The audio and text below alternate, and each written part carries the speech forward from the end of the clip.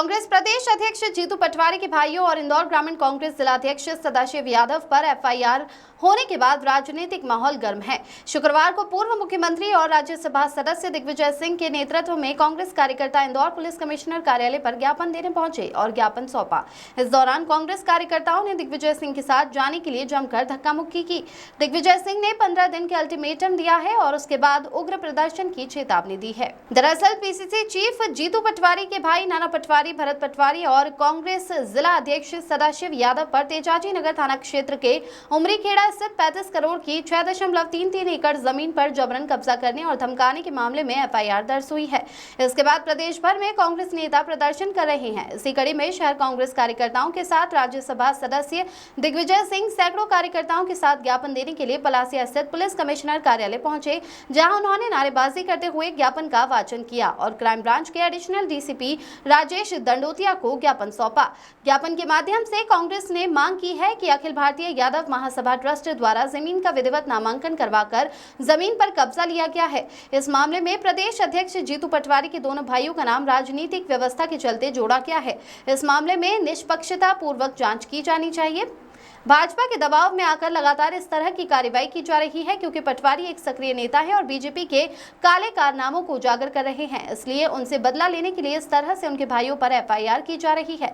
दिग्विजय सिंह ने उदाहरण देते हुए कहा कि ये कोई नई बात नहीं है। इसके पहले भी कुछ समय पहले चिंटू चौकसी पर और उनके परिवार पर कार्रवाई की गई थी, जबकि गंभीर चोटें चिंटू चौकसी और उनके परिवार को आई थी। उसके बावजूद भी चिंटू चौकसी पर गंभीर आरोप लगाए गए और सामने वाली पार्टी, जो कि बीजेपी से ताल्लुक रखती है, उसे सामान्य धाराओं में छोड़ दिया गया। वहीं कहा कि जमीन में मुख्यमंत्री डॉक्टर मोहन यादव के भाई नारायण यादव भी संरक्षक हैं और ये यादव समाज का संगठन है। उसकी जो प्रक्रिया है उसका पालन करना चाहिए। जीतू पटवारी के भाई तो इसमें शामिल भी नहीं है, फिर भी उनका नाम लेकर कार्रवाई की है। वहीं दिग्विजय सिंह ने कहा कि 15 दिन में इस केस को निपटारा नहीं होता है तो 15 दिन के बाद पूरे मध्य प्रदेश के कार्यकर्ता को बुलाकर इंदौर पुलिस मुख्यालय पर आंदोलन करेंगे। उसके जवाबदार कमिश्नर साहब होंगे। वहीं उन्होंने कैबिनेट मंत्री कैलाश विजयवर्गीय द्वारा जीतू पटवारी के भाई को लेकर दिए गए बयान को लेकर कहा कि कैलाश विजयवर्गीय ने गंभीर आरोप लगाए हैं। वे संवेदनशील नेता है। यदि उन्होंने आरोप लगाया है तो उन्हीं से पूछा जाना चाहिए कि आज तक कार्रवाई क्यों नहीं हुई। वहीं जमीन को लेकर मुख्यमंत्री द्वारा मौखिक स्वीकृति दिए जाने पर उन्होंने कहा कि यदि स्वीकृति दी गई है तो सरकार से सवाल किया जाना चाहिए। हार्दिक प्रजापति की रिपोर्ट। मैं सन 71 से लेकर आज तक विरोध में भी रहा, सत्ता में भी रहा, लेकिन कोई भी प्रशासन को सत्ताधारी दल के रूप में, उनके कार्यकर्ता के रूप में काम करते हुए मैंने नहीं देखा।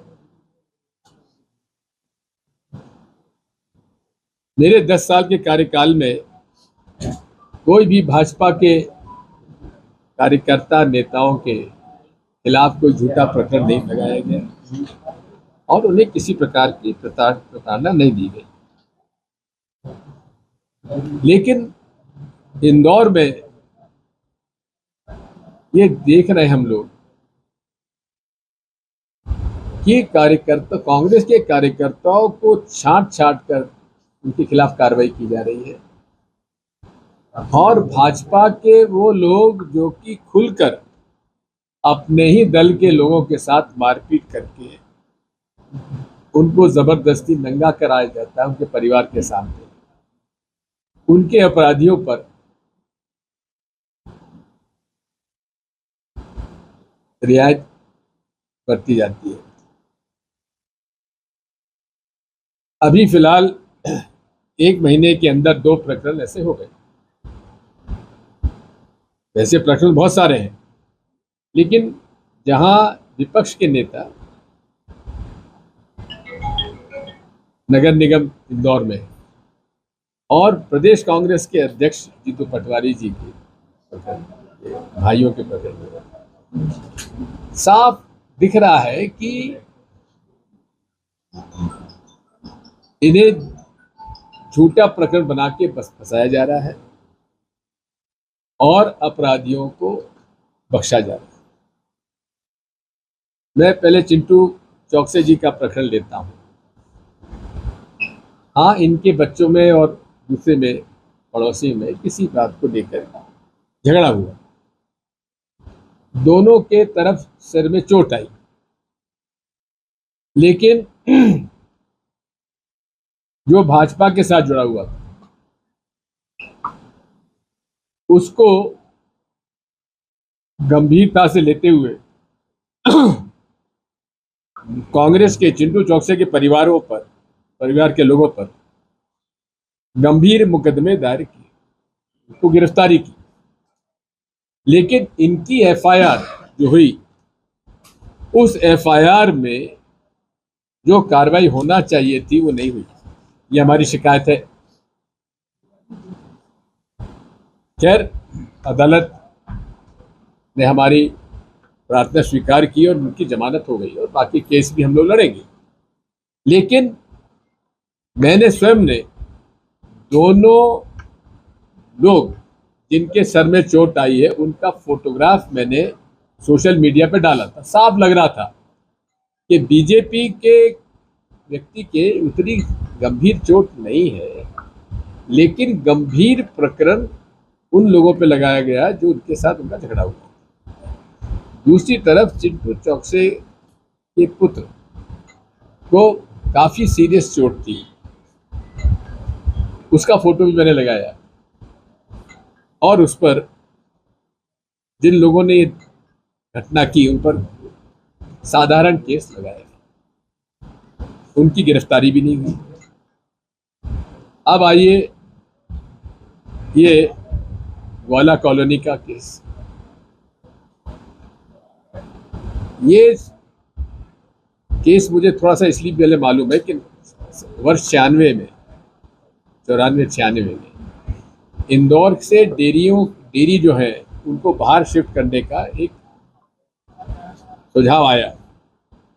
तो वहाँ सरकारी ज़मीन थी, वहाँ ग्वाला कॉलोनी के नाम से उसको डेवलप करना चाहते थे, लेकिन वो फिर डेवलप हुई नहीं। लोग वहाँ गए नहीं, किसी कारण से वो ज़मीन खाली पड़ी थी। उस ज़मीन पर यादव समाज ने, जो कि गौ पालक है, उन्होंने एक ट्रस्ट का गठन किया और उस गठन करने के पश्चात वहाँ श्री कृष्ण का मंदिर और गौशाला निर्माण करने का निर्णय लिया। ट्रस्ट का रजिस्ट्रेशन तो हो गया है, लेकिन उसका नोटिफिकेशन नहीं हुआ है। अब इसी बीच में एक व्यक्ति जिनके ऊपर आपराधिक प्रकरण रहे हैं वो सामने आए। मैं उनको नहीं जानता, लेकिन जो मुझे बताया गया, ये पुलिस इसकी जांच करे कि जिसने शिकायत की है उन पर कोई आपराधिक प्रकरण है या नहीं है। लेकिन इतना जरूर है कि मैंने शासकीय रिकॉर्ड देखा है, उसमें कहीं उस महानुभाव का कहीं नाम नहीं है। कोई ना पटवारी रिकॉर्ड में है, ना खसरे में है, ना खाते में है। अब वो शिकायत करते हैं कि मुझे मार्च के आखिरी हफ्ते में 15-16 लोगों ने धौंस दपट दी, पैसा मांगा और मेरे साथ मारपीट की, और उसे पुलिस रजिस्टर करती है मई के आखिरी हफ्ते में, और उसमें प्रदेश कांग्रेस के अध्यक्ष जीतू पटवारी जी के दो भाइयों के खिलाफ मुकदमा दर्ज हो जाता है, जबकि वो उनका कोई लेना देना नहीं, ना वहां कभी हो गए, ना कोई प्रमाण है। अब इस प्रकरण में क्योंकि जीतू पटवारी जी प्रदेश कांग्रेस के सक्रिय अध्यक्ष है और वे दृढ़ता से भाजपा के काले कारनामों को उजागर कर रहे हैं, तो उस बदनीति से ऐसा प्रतीत होता है, उस बदनीति से उनके भाइयों, अब ये प्रकरण थाने में दर्ज हो गया। सदाशिव यादव हमारे प्रदेश जिला कांग्रेस के अध्यक्ष ग्रामीण थे, उनको भी इसमें आरोपी बनाया गया। हाँ, ट्रस्ट का रजिस्ट्रेशन सदाशिव यादव जी ने करवाया, और जहां तक मुझे बताया गया है कि नारायण यादव जी की सहमति से वो उसके संरक्षक बने। और उसमें कांग्रेस पार्टी, भाजपा पार्टी, सबके लोग उसमें शामिल हैं। ये यादवों का संगठन है, यादव समाज का जो प्रतिष्ठित है, उनका संगठन है, उन्हीं का ये पंजीयन है और वो वहाँ भगवान कृष्ण की का मंदिर और गौशाला खोलना चाहते हैं। तो उसकी जो प्रक्रिया है उसका वो पालन उनको करना चाहिए। लेकिन ये जो जीतू पटवारी जी के दोनों भाइयों का झूठा नाम लगाया गया और वहाँ पर और भी उस बाकी लोग जो हैं जिनको अपराधी बनाया गया है वो तो वहाँ शामिल भी नहीं थे, उनको भी उसमें शामिल कर दिया गया। उसको बिना सोचे समझे उनके एफआईआर दर्ज कर ली गई। हमने आज माननीय आयुक्त महोदय को जो मेमोरेंडम दिया है उसकी कॉपी ये है, ये आपको हम लोग सर्कुलेट कर देंगे और ये सर्कुलेट हो जाने के बाद हमने उनको मेमोरेंडम दिया एडिशनल कमिश्नर साहब को, क्योंकि कमिश्नर पुलिस बाहर गए हुए थे इसलिए एडिशनल कमिश्नर साहब से हम लोग मिले और उनसे हमने यही अनुरोध किया है कि आप 15 दिन के अंदर इस केस को निपटा, जो झूठे प्रकरण बने हैं उनको समाप्त करो, अन्यथा हमें 15 दिन के बाद पूरे प्रदेश के कांग्रेस के कार्यकर्ताओं को बुलाकर हमें मजबूरी में आंदोलन करना पड़ेगा। उसकी सारी जिम्मेदारी कमिश्नर साहब पुलिस और राज्य सरकार की होगी।